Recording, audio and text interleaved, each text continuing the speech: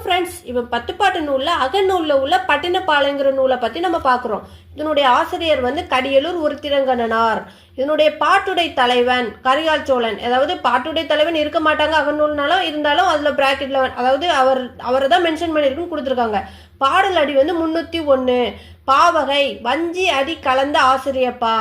வேறு பெயர் இந்நூலுக்கு வஞ்சி நெடும்பாட்டு பயண வழிகாட்டி நூல். அதாவது பயணத்துல வழிகாட்டுற நூல், வழிகாட்டுற நூல்.